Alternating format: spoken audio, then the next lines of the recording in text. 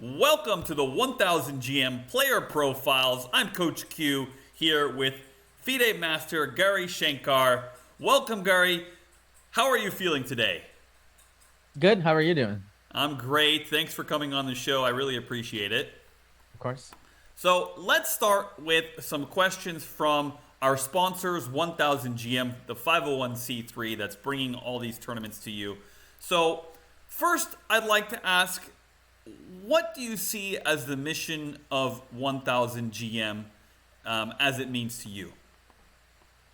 It seems to me that they're trying to give opportunities for up and coming players to attain their international master and grandmaster norms, because not a lot of people have the opportunity to travel all over the country internationally to play. So tournaments, across the United States, people in the United States, they don't have to spend, a lot of money to play somewhere in Europe or even, some places here. It might take this big entry fees, a lot of expenses related to that. So it's basically making it easier for people to play in high quality events where they could get a GM or IM norm. Great, great. I appreciate that. And what impact do you think that will have on the chess scene? Like, let's say they're able to have tournaments every single weekend. Will that have a big impact on the American chess scene? I absolutely, I think so, because a lot of chess is mainly was at least online, and over the board was kind of disappearing. It's coming back a little bit. High quality events are hard to find, and I think when you play in a tournament, it raises the level of the players, the competitive environment. It's something to look forward to, and you can practice and train for that event. It's competing with each other seems to be the best way to raise the overall game. Yeah. So I think it's gonna have people's ratings are gonna go up, but their level's gonna go up. I believe from these tournaments. Awesome. That's excellent. And have you gone to many norm tournaments? I have played in many norm tournaments. I've played in Europe as well. Oh wow. Okay. And yeah, the one I play now, I don't really play too many tournaments nowadays. I do play in the one in Charlotte a lot. Mm-hmm. Yeah, they have a great chess center there. Because I'm very good friends with them, the organizers over there. So, and they run a great tournament. So I go there to play my norms. But I'm a full-time chess coach and streamer actually. Oh, great. I don't know if you know if I stream. Yeah, so that occupies most of my time. So okay, I think we'll get to that, but shout out your channel right now anyway. okay, I have a Twitch channel. It's Grandmaster Gauri. That's the name. Great. And you can check it out if you like. Great. Awesome. Yeah, everybody check it out. All right. So let's think real quick though on the tournaments that you have gone to. How much have you spent like going to these tournaments? I mean, you said you went to Europe, so that must be thousands of dollars. Yeah, Europe was thousand. Yeah, when I was I think I got my FM title mainly from playing in Europe. Especially that was a long time ago, like 2007 or something. Okay. And there were almost zero norm tournaments in the United States at that point. Yeah. Zero. So it was impossible. I remember people my first norm tournament in America, Ben Feingold was playing for his GM norm. Oh wow. He was already 2500, and the reason Right. that Ben didn't become a grandmaster is because he couldn't find a tournament to get all the grandmasters and the international federation and all That's that stuff. right. He was rated very high at Yeah. 2500, and I remember I played Ben in one of those tournaments. This was a long time ago, so it was just about starting at that time. So United States definitely has come a long way since then. So yeah, going to Europe was, not easy. Right. In fact, I kind of stopped playing competitively after that trip because honestly, my parents, yeah, we were couldn't afford it anymore. Right. So actually, I kind of stopped playing chess after I became an FM, partly because it was too expensive to actually continue chasing the norms and stuff and finding competition. So I would just play in Chicago and once a year or something, Chicago Open, Yeah. and just stop playing. That's like stopping playing chess. Right, right. Yeah, I mean, so what will that mean for the young players? Will that mean, more chances for them? Now, Yeah, to have more norm tournaments. Yeah. I absolutely right. That's how you improve.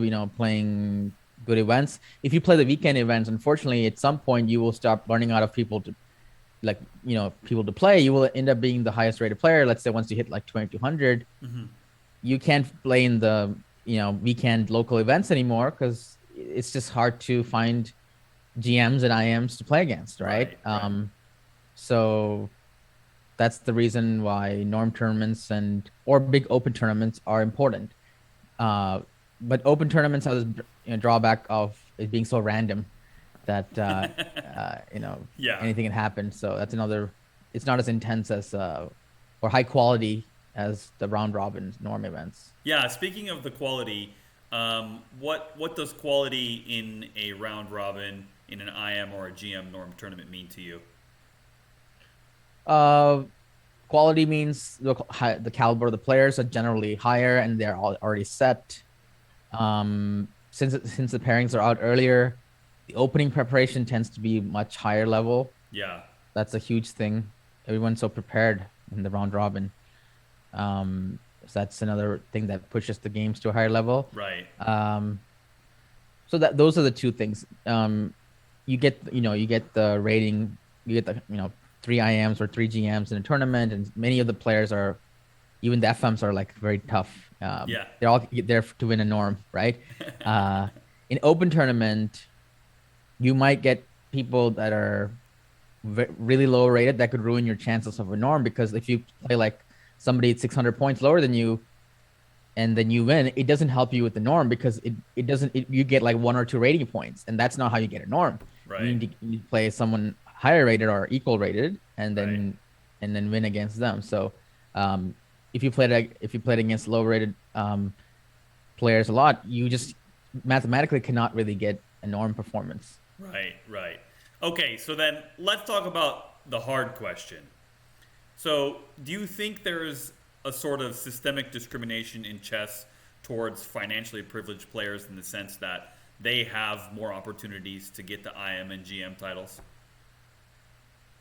Um, in my personal experience, yeah, that kind of affected me because my parents couldn't afford to send me to Europe or at that time or even play locally too much because you gotta pay the entry fee, the hotel, the flight, Yeah. and everything. So that affected my chess career, I guess. And Right. I started playing when I was in high school. And then I came back once I got a job as a chess coach and I could afford to travel again, in a sense. So that was kind of circular there, and how it came about. But yeah, it does help, especially um, yeah, if you can't afford to travel, like how can you play tournaments, right? Right. It has recently it has gotten better because now there's a lot of online events and a lot of training platforms and norm tournaments all over the place, and so it has gotten better. Like this generation has, and the advent of like Stockfish, 15. So the other part which we didn't talk about was coaching, right? The Right. coaching was super important, and now there's lots of online coaching. So yeah, honestly, being able to afford a coach, I never really had a consistent coach at all. I still don't have a coach, but consistently, it would help. Now it's there's so many resources. Right. Before it was even harder to get a coach, was even more necessary because you couldn't ask Stockfish what the right move is because the engines were not as strong. There weren't many courses online, all this Chessable and books and video courses and streams. All the stuff is there now for people to train. So it has become more accessible now for people to get better at chess. But it's always benefited people who could afford the coaches and the tournaments Right. more in the past, and it still does, but it's not as intense as it was. Now I think things have become more equalized. That's why we see grandmasters from all the country, like so many, from China, India, all countries have. Yeah. There are some countries with zero grandmasters, and now we can see them even in those countries. Like strong players are emerging from more developing countries as well, because online they get to play more people all over. Yeah. So it's chess is getting it's getting better, and I think tournaments like this is probably gonna is on the same path, pushing it to be better for people who are not, can afford the tournaments and coaching. Great. Well, I appreciate that answer. I mean, I appreciate the personal look too. It's not easy, not having the opportunities, and now you're giving the opportunities to students. So I appreciate that, and I thank you for that. I didn't tell you we were going to go here, but I want to start here because I have a special place in my heart for Chicago because I went to college in Chicago. Okay. So, are you from Really? Chicago? From Chicago, or Yeah, I grew up here. Pretty much. I was born in India, but I grew up here. I came here when I was little. So yeah, yeah. So I would consider I live in the suburbs, not exact Chicago. Well, I grew up in kind of Chicago proper, but then in high school I moved out to the suburbs because I guess I went to one of the nicer high schools. I don't know. yeah, My parents, yeah. yes. I mean, you can't really have a house in the city either, so you kind of Right. So need to go out to the suburbs to get a house. yes, I kind of settled here in Glenview, Illinois. That's Okay, not yeah, Chicago, Illinois. great. That's where I live. All right. I mean, everybody from Chicago will know where that is. Nobody else will, Yeah. but Yeah. okay, that's Yeah. awesome. And how did the chess scene and chess culture influence your play? So what age did you start at first, I guess? I started when I was 6 years old. Oh wow, awesome, awesome. And were your parents chess fans or anything? Not my dad plays chess with his friends, and I think that's how at least that's how I remember Yeah. my dad telling me. I think I saw his friends play with him, and then I asked my brother, and I kind of learned from him. And then I remember there was this like neighborhood. My neighbor was doing a chess tournament and I won first place in that tournament, and that's how I got encouraged. I think I got a chess set as a reward or something. I don't Oh, remember, that's fun. but I remember that I started playing and like immediately like kind of winning against all my dad's friends or something. Immediately picked it up. I remember I would fianchet hit up my bishop and take the rook on a8 or something. It was like I would be going for forks and stuff very early on, very tricky, Yeah. and outsmarting my neighbors. That's Um, awesome. so that's how I got my encouragement. Oh, that's awesome. And then you won some prize like a chessboard. Yeah, chessboard or something like that. Yeah. It was a very small plastic chessboard. It was like red and black or something. Just one of those simple ones, not Yeah. official tournament one. And then that's how I kind of got. And my brother and I would practice against each other, and that's how that kind of. I think that was an integral part of it being kind of a continuing, because to have someone in the family also very interested, even more interested maybe, was helpful. And then did you go to a club or anything after that? Not really. I think so. Basically, I think the motivation for my dad was kind of this is kind of not the greatest way to do about it. Like to win some tournaments, like win some scholastic event, win the nationals, win state. So that was kind of I don't know how maybe Indian parents like the achievement. I'm not really sure exactly how it works, but to win like a tournament, get some trophies, So there was some pressure from my dad, Okay. who pushed me to study and do well in this tournament. So your dad started taking you to tournaments? Yeah, taking us to tournaments, yes. Okay, And that's awesome. so yeah, like I think I played in Navy Pier 2006, K through 8. I won that. I think I went 7-0. I might have played. I think Eric Rosen was also in the same event, but Oh, I played really? like all the but I didn't play him. I think Okay. that was kind of funny.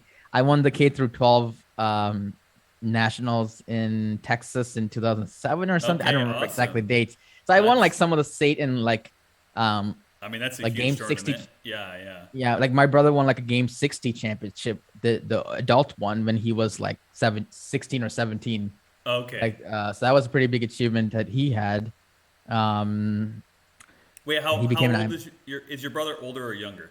2 years older than me. Okay. He became an IM when he was 17. I became an FM and I was like 15, I think. Okay. Uh So and you then guys were encouraging each other to play then. yes, absolutely. Awesome. Absolutely. We're practicing against each other and stuff like that. Yeah, Yes.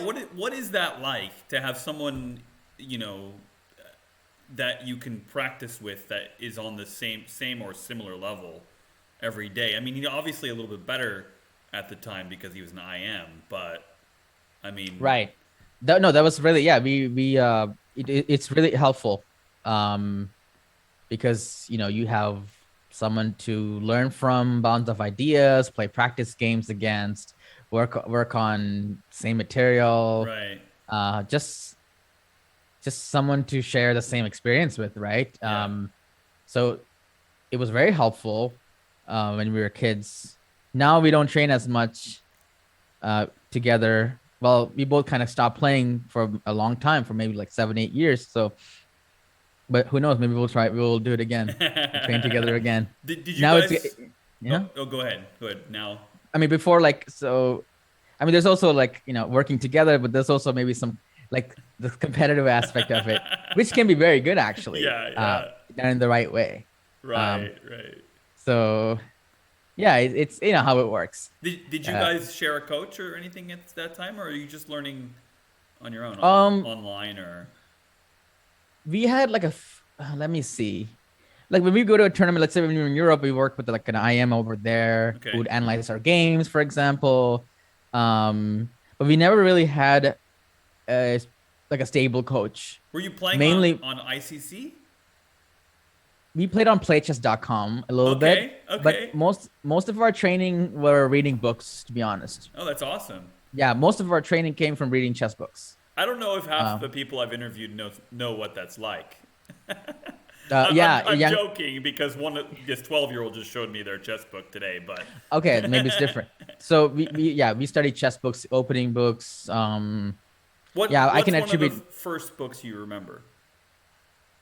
Okay, let me think. Um, Tactics for Advanced Players by Yuri Auerbach. Okay, I think that makes a lot of sense. that's a good book. We had I think I did um what else? It was Chess Tactics for Deadly Players or something, or Deadly Chess Tactics by David Lemore or something. There was Okay. one book. I did read Jeremy Silman's Re-Essence Your Chess, although I didn't like it. Uh, although I think the newer edition is probably better. I wonder if I Uh, was reading it at the same time you were reading it. I don't have a high probably opinion was. of that book, to be Yeah, I honest. didn't fully understand what was going on there, but So here's the thing: my brother didn't read the book, and he became an IM. Like it wasn't essential to growth. I think that book is maybe geared. I was probably too high rated at that time yeah, to read. yeah, Um, his book, Complete Chess Strategy, very good book. right, Jeremy Silman. right. Complete book of chess strategy. Yeah, There was another Silman book. has quite a few books, so if you're listening, Jeremy, don't feel bad. People Well, the can- newer edition is good. Yeah. The third edition was not good. I Okay. think, in my opinion. My System I read. Think Like a Grandmaster. Okay, The whole old, the old books, classics, yeah. the classics.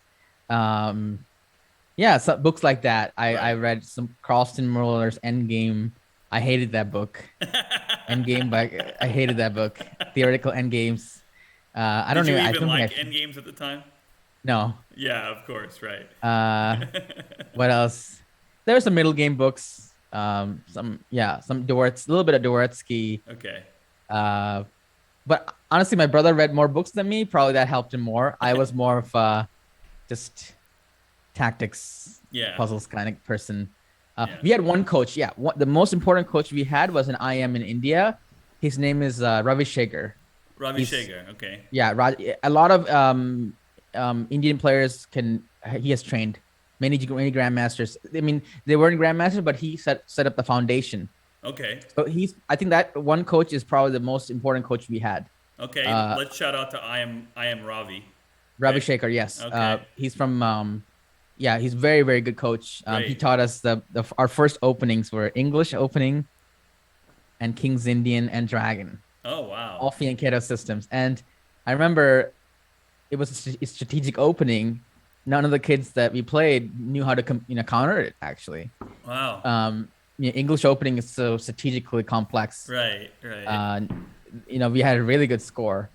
both of That makes us. sense. Yeah. So yeah, those were the openings we learned as a kid. I still remember the ideas are still good to this day. Like, Right. well, the dragon is a little bit outdated now, but I mean, if you yes, know 25 moves deep, of course, but now it's completely different. yeah. I remember when we were so into it. Like me and my brother, we had like this Fritz old computer, Yeah, Fritz, yeah. uh, and we would analyze. There was one time where we analyzed with Fritz for like 8 hours, and like it was like H4, H5, block the pawn Yeah. or some move, and I'm like, we analyzed with so much 8 hours, and I'm like, oh, coach, we found a way to like a new opening line for black, and he's like, wait, what if I just double your pawns?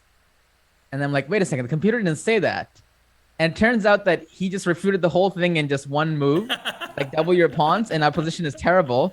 But Yeah. Fritz is so bad at that time, Right. and Stockfish would agree. So it took us 8 hours of analysis with the computer, not knowing what to do, and then we had no positional understanding at the time, and we were like kids, and like Right. because we were looking at the numbers, like 0.5, 0.2, and then we realized that wait a second, this is terrible for black, and we spent all this time analyzing a bad move Oh, without man. understand. So coach is helpful for things like that, obviously. Yeah, But now kids analyze it. They find the right move, but have no idea how to continue. it's true. But at the time it was worse because you would analyze and you would find the wrong move and have no idea what's going on. At least now you find the right move and you have no idea. So at least you have the truth of the position with Alpha Zero and Right, Stockfish and right. all these engines. At least they're now rated 3300. Before, when we were kids, the engines were rated like 2400. Right. There were matches between grandmasters could draw the engine. Like Kramnik was playing I don't know, was Kramnik That's right. match with He did. yeah, In '04, yeah. he did that 3D match. right, Kasparo Fritz. did. Yeah, I was there. I met Kasparo in that match actually in New wow. York. After the tournament, yeah, I was the only person to meet him, like because my dad was like, hey, there's a kid here who wants to meet you, and it's like, okay, just let's meet, bring him to the room. And he's like, hey, me and my dad went, and Kaspar was very, very gracious. I met him. He showed me the trophy that he won from that match. He tied the computer. Yeah. So yeah. 2003, Kaspar was able to draw the computer. I know. Yeah. So I remember now, the chess life. yeah. So remember I chess I met. life, yeah. I have a photo of it actually. I think I can even that's pull it up. cool. So yeah. So anyway, computers are much stronger now. So that is huge help for the kids. At least all they had to do is now to figure out why. Before you had no idea without a coach. Right. What's going on? Not at all. Yeah. I think you went on a tangent here, but yeah. Well, sorry about the tangent. No, it's fine. It's fine. The only idea that I ever got was losing on ICC or chess.net. I don't know if you've played on that one. Never. No. ICC I played, but not really. Yeah. Okay. Anyway, we can move on though. So you said that you stopped at some point. Did you stop because you went to college or? Yeah, I would say we stopped because my parents couldn't afford to send to any tournaments at that point. Yeah. The entry fee or any of the costs. So I was stopped around when I was 15. Right. And then when I was that's 20, around 2007. yeah. Okay, And then so that must have been right around the housing market collapse and everything. I think so. Yeah. Okay. Yeah. And That makes then sense. there was one person, he passed away, unfortunately. His name was Savan Moridian. Yeah. He was a local Chicago organizer. He passed away when he was young, actually, from a heart attack, unfortunately. Yeah. I was doing his FIDE Arbiter seminar. Ah, yes. Passed, Okay. yeah. So yeah, God rest his soul. Like he was the first person to do a Norman, and I remember I would only play because he wouldn't charge me, even though he could have charged me because he knows my situation. So he actually didn't charge me any entry fee. Wow. He allowed me to play in one of his Norm tournaments, and I got my first Norm in 2009 with no preparation, just kind of playing it because it was like. And I remember one time we were, I couldn't even afford the Uber, or no, there was no Uber, the taxi ride. So one time his younger brother, Greg, I think, picked us up from our house, and my brother and I dropped us off at the, because my parents didn't even have a car, I think, at that point. I don't even know how. So, Right. we were not doing that well. So yeah, that's Wow. Wow. Or I would take the bus there. It was like we were late to many games because I had to take the bus. The Yeah. CTA is so slow. Yeah. It's super Like, slow. Yeah. so we were, we had to connect like two buses, Were you and going up to Oak Park? Is it that where it was, I think, was? no, some of, oh, there was no Angelo Young. There was an IM Angelo Young who had a Touch Mood Chess Center. Oh, that's right. It was in Chicago, so we would go there. Later on, he had a place in Skokie, which Savan has his own place in Skokie, which was much nicer. Yeah. Yeah. Um, I'd been to that uh, one. Yeah. yeah, Skokie.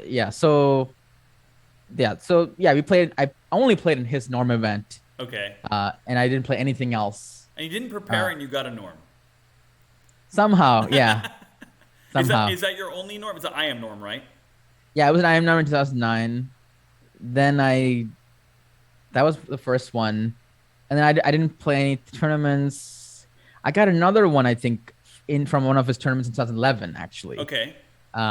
Again, just playing, just whatever. I remember my brother would. It's an IM. He would work at like a store, and like his shift is over, and he would just play the tournament, like just like Right after 12 hour shit, work, no yeah. sleep. He would play. So that's how Wow. we lived in a sense. That's dedication. Yeah, just but not no preparation. Just kind of I would go go to school and just kind of just focusing on school. So you have So two IM norms. I got one left. No, but then then I didn't play from 2012 at all. And then I became once I graduated, I went to community college, and I got I became a chess coach kind of Right. by accident. And then word of mouth, people liked it, referrals and all kinds of stuff. Oh, that's And I great. kind of got a lot of good feedback from parents, and then I started teaching in schools in Chicago. That became a full-time thing. In the meantime, I even did I was a waiter, I was an Uber driver, I did like all kinds of stuff in between.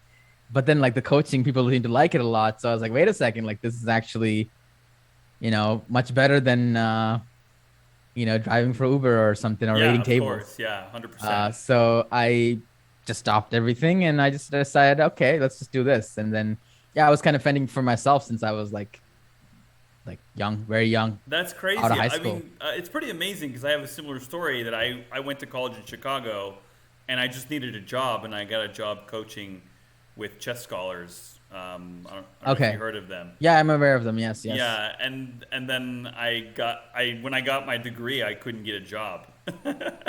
So I just started teaching, and that's how I I'm didn't finish my coaching. degree. Yeah, that's Okay. awesome. Yeah. Yeah. What school did you go to in Chicago? UIC Chicago. Oh, I was supposed to go to UIC. Okay. For biomedical engineering. Oh God, Then good thing you then to didn't. go to med school. It was Then- so hard. I wasted a lot of money. You avoided the student loans that I have. Yeah. No, that's fine. But anyway, I want to hear, if you don't mind, I think I want to go a few more minutes on this topic because, I mean, I haven't had many like coaches that are working in coaching full time Sure. on this show. So, maybe give me a view of how much time you spend coaching, and then what does that leave you for your own chess work? Yeah, it is very difficult. In a sense, I'm kind of slightly, let's say, delusional that I can be a full-time coach and still become a grandmaster. Uh-huh. But I kind of still want it all in a sense. Yeah. You had to make a living, and I also like to coach and help people.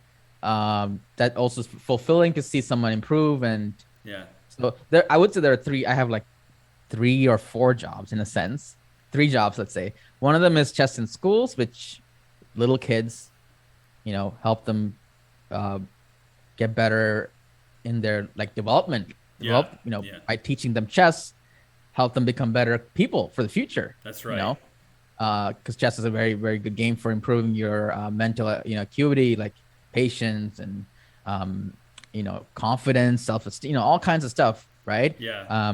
Especially now, everything is becoming more technological. The logical thinking side is much more important than ever Right. because everything's becoming automated. What do they need you for? Human creativity, and chess helps you kind of make decisions better and become, the process of just getting better at chess in general. It helps you master other things too, right? So it's a vehicle for like becoming more just developed as a person. So they don't have to become grandmasters. They just need to learn the game, and it mainly improves your spatial intelligence too, like manipulating That's right. all kinds of stuff in your mind, right? So their imagination and spatial intelligence. So I teach many kids. I think I taught thousands of kids already over the last like 10 years, I believe, in the schools and stuff. Wow. So I remember everyone in my town. When I go to my library in Glenview, I get like a couple kids saying, "Hi, Mr. Gauri, how are you?" Like, and there's a chessboard in there in the library, and they're playing, and I taught those kids, and they're playing on the chessboard. And then I might be giving a lesson in the room over there, and then some kids say, "Hi, Mr. Gauri, how are you?" And I'm like, "Yeah, I'm teaching a lesson right now." And so all these kids in the park, they play chess, and I've taught them how to play. Like, I've introduced chess to them. The parents love it. So that's one of the jobs I have, is to teach them. Second job I have is a personal coaching one-on-one, where I try to like get them to like 2000 tournament. I've done that. A few of the students have become even masters. Great.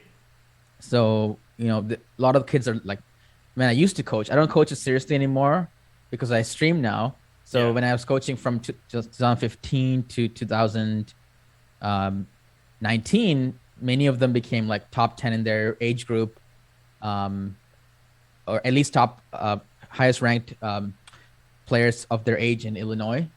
Many of them, or at least the top 10 list, three or four of them would be like people I've worked with. Same thing with my brother. He's many of the students he worked with became one of the top ranked players in state, or the nation even.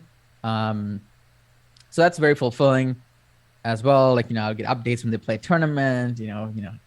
Look, this person won a tournament. Here's a trophy, picture of a trophy, a card. Some gifts. It's nice. Yeah. And then, so that was the two jobs. And then the third job now I have this as a streamer. Once the pandemic hit, all the schools closed down. That's right.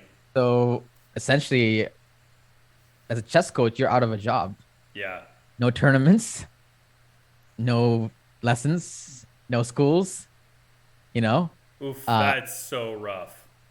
I mean, it's rough for everybody. So actually, chess teaching is one of the more, I would say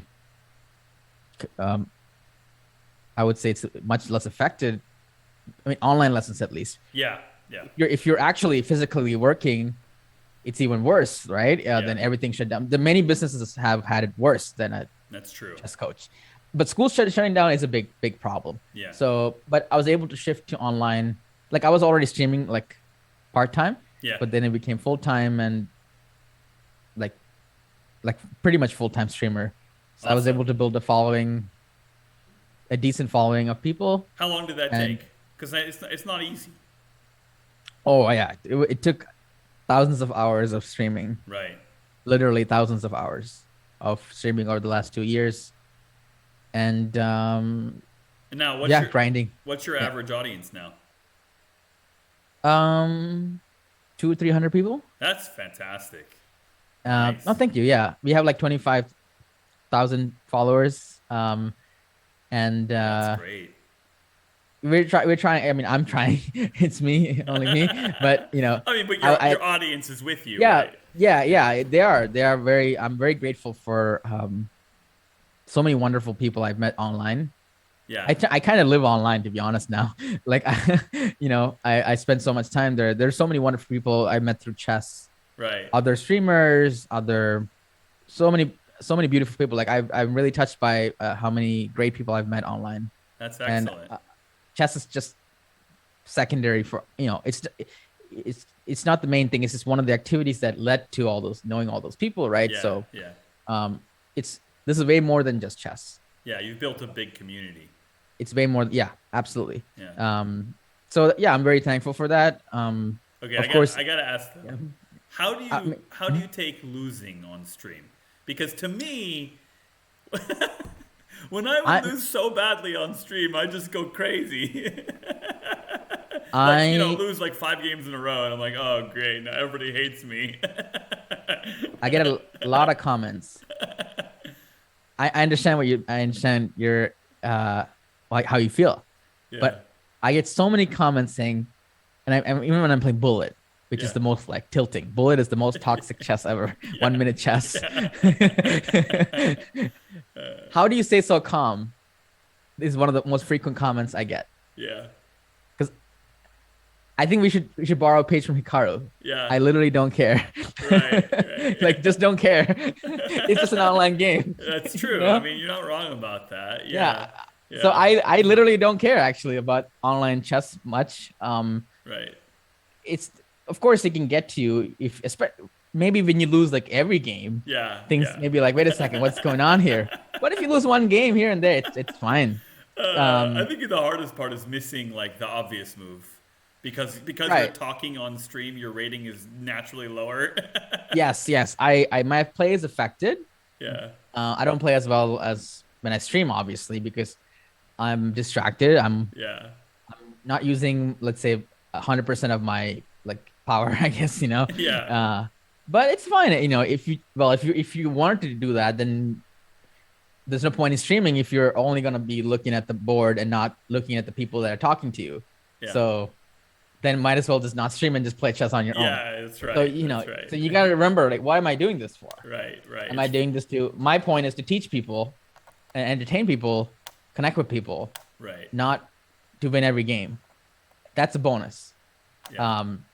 So if I get into a bad position, I'm like, okay, let's see how to defend this position, or like, whatever, mistakes happen, and make it is just like life, things don't go your way. So if things don't go your way, then that's part of that's the wave, ebbs and flows, right?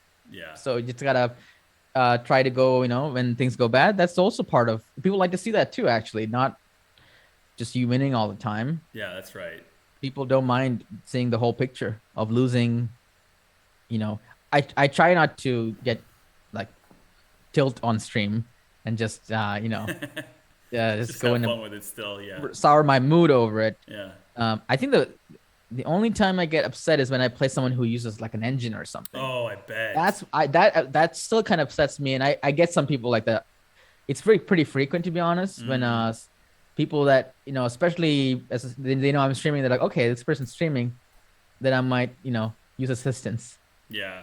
I've even done like blindfold games, and I can tell this person is using an engine, and I'm like, maybe the person's like rated 1,000 or 1,200 points lower than me, whatever, right? And I'm like, well, playing so strong, and I'm like, wait, I'm playing blindfold. Like, how can you do this to a blindfolded person? Like I can tell you.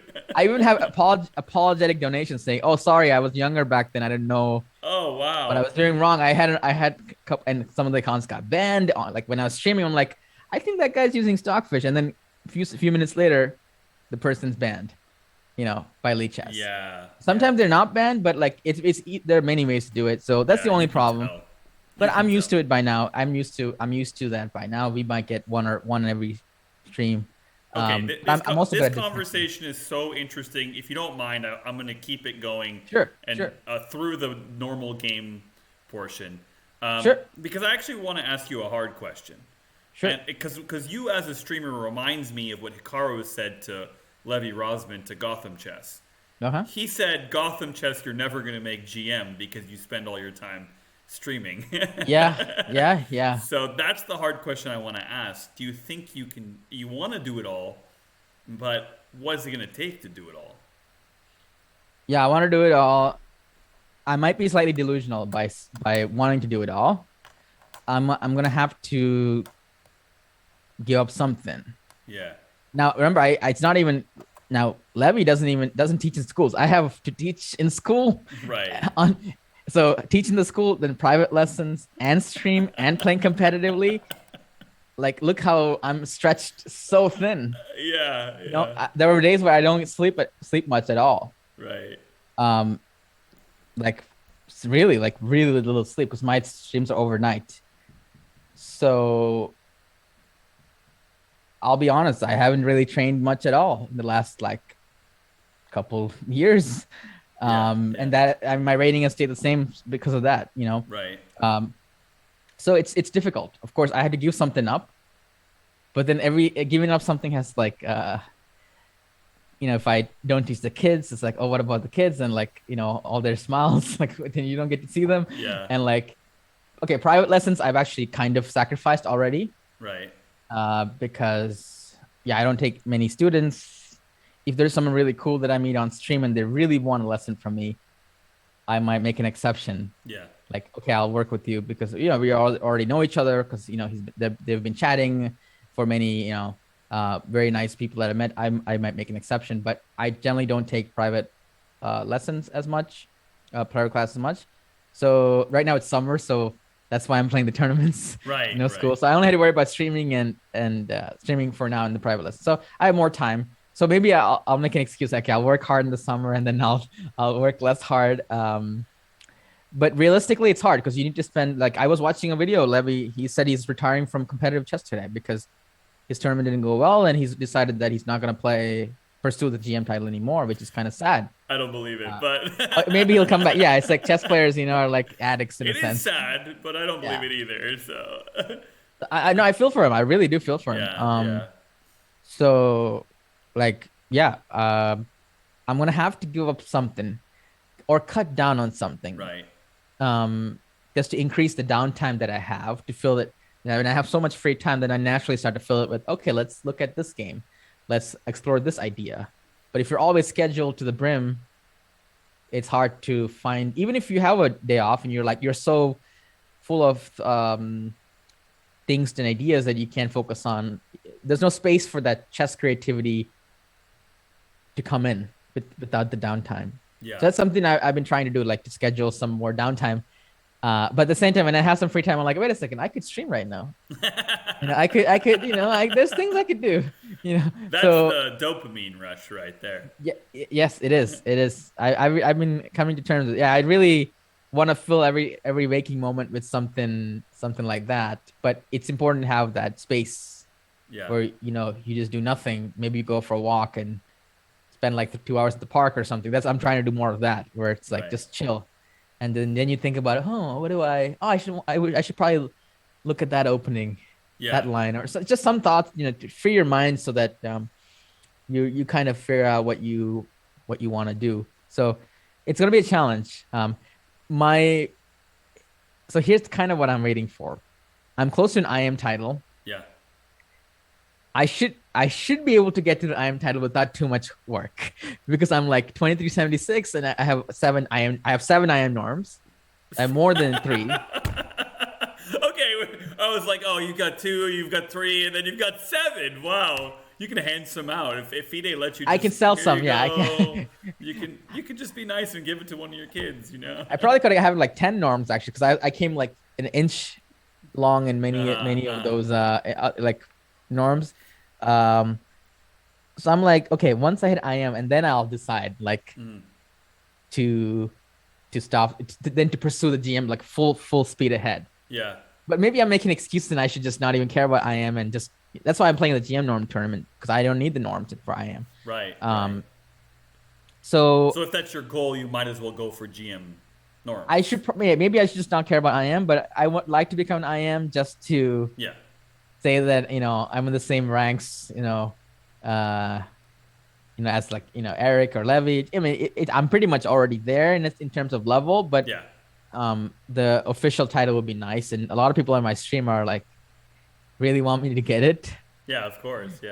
Which is nice, but also I shouldn't I should be like Hikaru and literally not care about anything.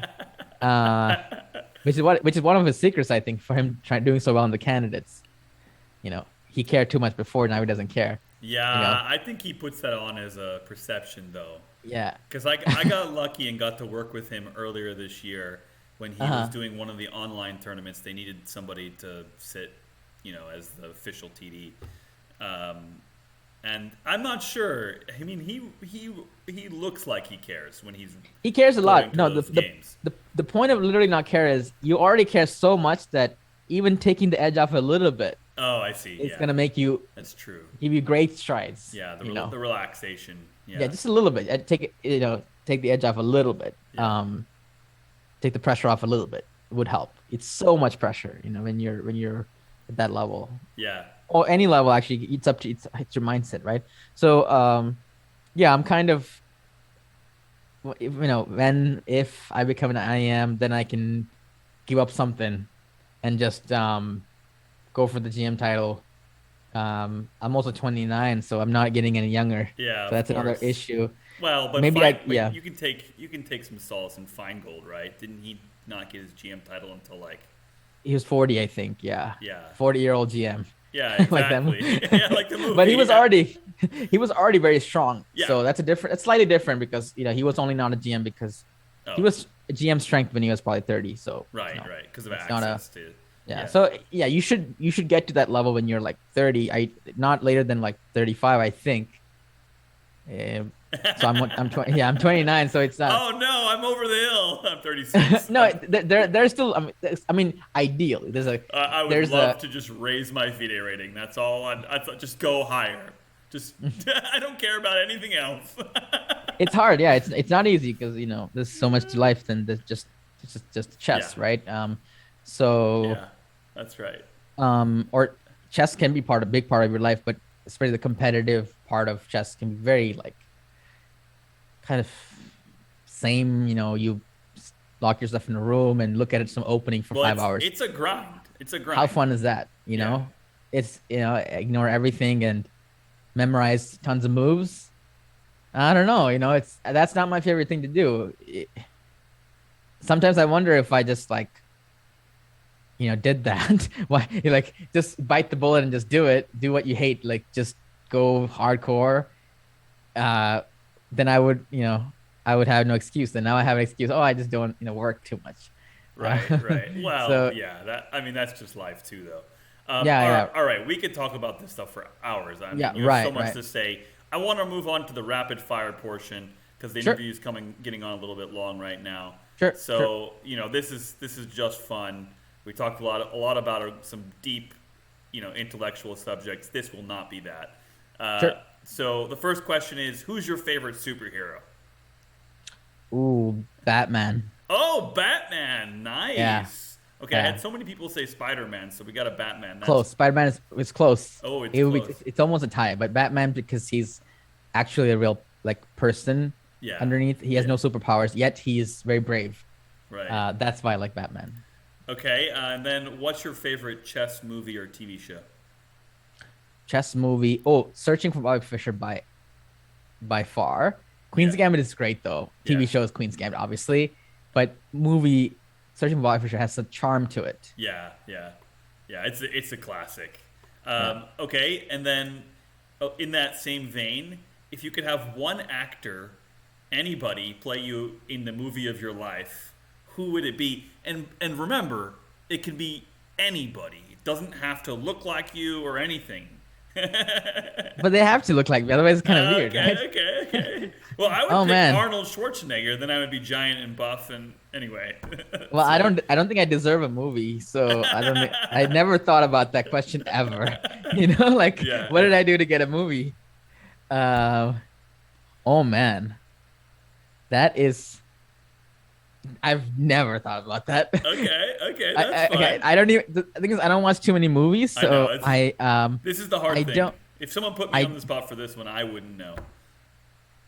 I could probably find someone. Oh man. Okay. Can we come back to that question? Because Yeah, yeah, I'll yeah. probably I'll let that one. background process I'll that let one. that Yeah. one stew.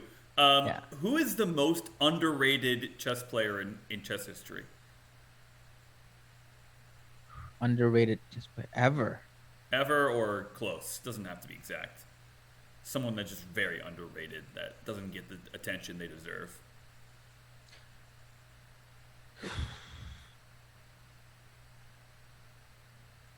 I heard that Peter Lecco is actually a very strong player. Like was number 2 in the world, Yeah. tied almost beat Kramnik. He doesn't get the proper recognition he deserves. I haven't studied it either, so but No, no, Peter no. Lecco, I heard that he's very underrated Hungarian player. Yes. But in terms of how genius someone is, that's a tough one. Underrated, and maybe I could pick someone from like today if there's someone. Yeah, you could. Yeah, yeah. I'm thinking. I can't seem to find someone too underrated. Like I'm like, why is this person not like super high rated? everyone I think of is 2700. So like Right. Fallujah just became 2800. So I don't know. I feel like people are appropriately Now, yeah, rated yeah. now. Um, yeah, I think I can't think of anyone too underrated at the moment. But Pedro Lecco was probably like, I mean, that's a fantastic answer. You can stick with yeah. that. That's a Okay. very good answer because he Thank was you. Yeah. definitely one of the strongest players to not win a world championship. World Championship, right? Yeah, Exactly. yeah. Okay. Let's see where. Oh, lost my spot. Uh, oh, this is a fun one. What's your greatest achievement to date? What's my greatest achievement to date? I think it's probably the stream community. I feel like that's probably my that tied with the all the people that I've taught and like the kids that I've taught and them achieving the things, it helping them even a little bit to achieve their dreams and like succeed in school. That or the stream. So in a community, although it's not really me, like it's the people, I didn't really do anything special. It's just the people that are so great that are in the community. Yeah. But yeah, the kids that I've taught. Probably. Okay, and then what's your favorite holiday destination? I don't really travel too much, It could be anywhere. unfortunately. It could be the It could be lakeshore or the, wherever you go to. where I've been or where I would like to go. Oh, either. Yeah, actually, those are good. I think I would like to go to like Seattle, Okay. like anywhere in the, the west coast. Okay. That would be great. Somewhere with like where's the place where the Iron Dome or something? Is that in California? Like the it was like some sort of, it's called somewhere we can like hike and have this natural beauty. Are you talking about the I think I know what you're talking about, but I don't. Okay. I watched these YouTube videos where people go on hikes and like I was like, man, I wish I could go to California. There's some national parks. I don't really remember what park it's called, but one of the California parks or Seattle, I would like to visit. Natural beauty, like better than concrete jungle, I guess. In my opinion. Okay. Then, are circling back. Give me that actor. You've got 10 seconds. Oh man, crap. Who's? Buzzer's about to ring. Yeah, I'm indecisive. I can't think of anyone. I'm sorry. Okay, I can't think of anyone. I'm sorry. Too many people on your list. Okay. So then, what is one thing that you would like to say to your fans?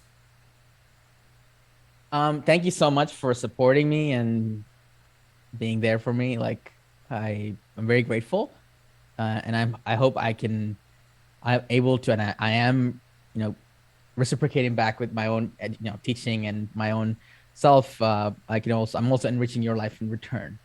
So, Yeah. that's my goal.